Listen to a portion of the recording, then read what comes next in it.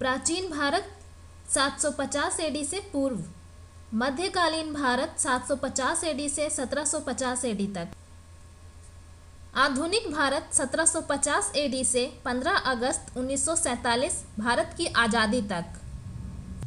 पहले भाग में यानी इस वीडियो में हम प्राचीन भारत के प्रमुख घटनाओं को समझेंगे और जानेंगे। भारत के इतिहास की शुरुआत सिंधु घाटी सभ्यता से मानी जाती है। इसकी अवधि 2500 बीसी से 1750 बीसी तक मानी गई है। इसके प्रमुख शहर हड़प्पा, मोहनजोदड़ो, कालीबंगा, लोथल आदि हैं। यह शहरी सभ्यता थी, व्यापारी केंद्र था। यहाँ सुविकसित निकास प्रणाली थी। यहाँ सोने चांदी के जेवर, हथियार, मुहर, ईंट होने के प्रमाण मिले हैं। यहाँ के लोग ऊनी और सूती वस्त्रों का प्रयोग करते थे। यहाँ के लोग गेहूँ, जौ, मांस, फल आदि का सेवन करते थे, परंतु लोहे, गाय, घोड़े होने के प्रमाण यहाँ नहीं प्राप्त हुए हैं। वैदिक सभ्यता की शुरुआत सिंधु घाटी सभ्यता के पतन के बाद आर्यों के आगमन से शुरू हुई। लगभग 1500 बीसी से 1600 बीसी तक इसकी समय अवधि मानी जाती है। आर्य सर्वप्रथम पंजाब और अफगानिस्तान में सरस्वती नदी के किनारे बसे। इसी समय ऋग्वेद, महाभारत, रामायण की रचना हुई। आर्यों की भाषा संस्कृत थी। इसी समय आर्य जनजातियों एवं मूल अधिवासियों के बीच ऐतिहासिक संश्लेषण हुआ, अर्थात मेलजोल हुआ। आर्यों की सभ्यता ग्रामीण सभ्यता थी। सत्यमेव जयते मुंडको उपनिषद से ली गई है। इस समय का समाज 5 भागों में बटा था: कुल, ग्राम, विश्व, जन और राष्ट्र। वैदिक सभ्यता की उन्नति के साथ ही 16 महाजन पदों का उदय हुआ, जिनमें अति महत्वपूर्ण गणराज्य थे शाक्य और लक्षवी, तथा राज्य तंत्र थे कौशांबी, मगध, अवंती और कौशल। इसी दौरान अनेक धर्मों का भी उदय हुआ, जिनमें महत्वपूर्ण है बौद्ध धर्म। बुद्ध का जन्म 563 बीसी में लुम्बिनी में तथा मृत्यु 483 बीसी कुशीनगर में हुआ था। 29 वर्ष की आयु में उन्होंने घर त्यागा, जिसे महाभिनिष्क्रमण कहते हैं। बुद्ध को ज्ञान प्राप्ति बोध गया में मिली। इसके बाद सिद्धार्थ भगवान बुद्ध के नाम से प्रसिद्ध हुए। इन्होंने सर्वप्रथम उपदेश सारनाथ में दिया। इनकी भाषा पाली थी। जैन धर्म के 24वें तीर्थकर महावीर स्वामी बुद्ध के समकालीन थे। महान शासक सिकंदर ने भारत विजय अभियान 326 बीसी में प्रारंभ किया था।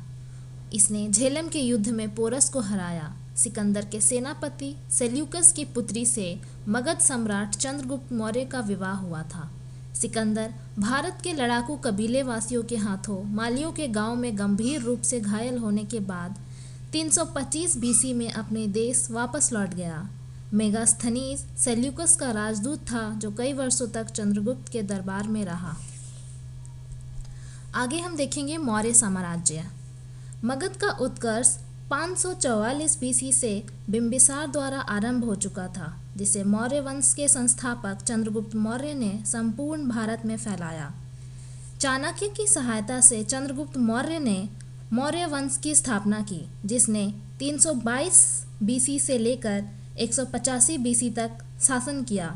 चंद्रगुप्त का उत्तराधिकारी बिंदुसार था और बिंदुसार का उत्तराधिकारी अशोक महान, जिसने अफगानिस्तान तथा बलूचिस्तान से लेकर लगभग संपूर्ण भारत में शासन किया। अशोक के अभिलेख को इतिहास का प्रमुख स्रोत माना जाता है। कलिंग युद्ध के दौरान बेहद खून खराबे को देखकर अशोक का हृदय परिवर्तन हुआ और वह बौद्ध धर्म का अनुयायी बन गया। मौर्य वंश के पतन के कारण थे कमजोर उत्तराधिकारी, आपसी मतभेद तथा इसकी महत्वपूर्ण उपलब्धियां थी गंधार कला घराने का विकास तथा बौद्ध धर्म का प्रचार प्रसार। गुप्त साम्राज्य का उदय 3री शताब्दी के अंत में प्रयाग के निकट कौशाम्बी में हुआ। गुप्त वंश के संस्थापक श्री गुप्त थे। गुप्त वंश का प्रथम महान सम्राट चंद्रगुप्त प्रथम था, जिसने महाराजा धीराज की भी उपाधि धारण की थी। चंद्रगुप्त ने लक्ष्मियों की राजकुमारी से विवाह किया तथा पाटलिपुत्र को दहेज में प्राप्त किया। इसका उत्तराधिकारी चंद्रगुप्त था, जिसे भारत का नेपोलियन भी कहते हैं।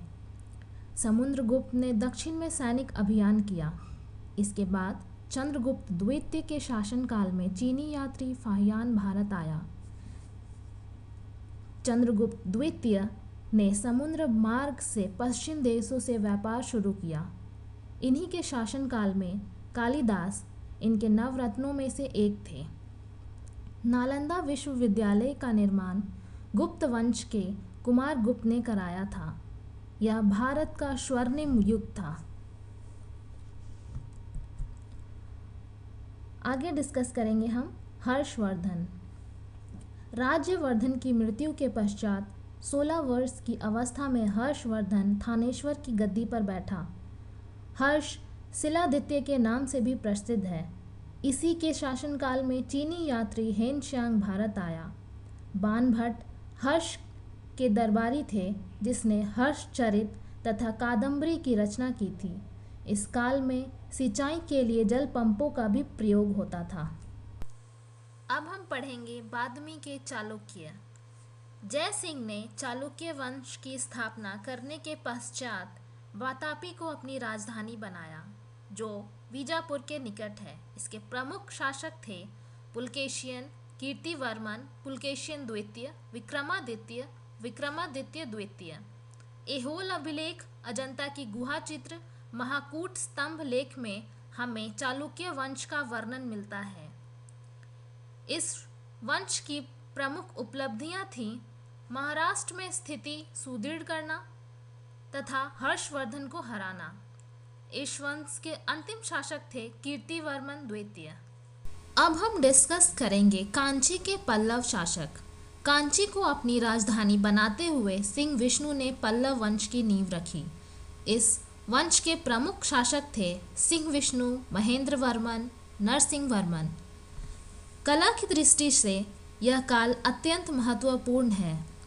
इस काल की उपलब्धियां थी मंदिरों का निर्माण, साहित्य एवं द्रविड़ स्थापत्य कला की शुरुआत। कला के दृष्टिकोण से अगर हम देखें तो नरसिंह वर्मन द्वारा महाबलीपुरम का 11वां मंदिर का निर्माण हुआ। मत प्रहसन की रचना महेंद्र वर्मन ने की। 10 कुमार रचित के लेखक डांडी थे और इस काल के अंतिम शासक अपराजित वर्मन थे। इसी के साथ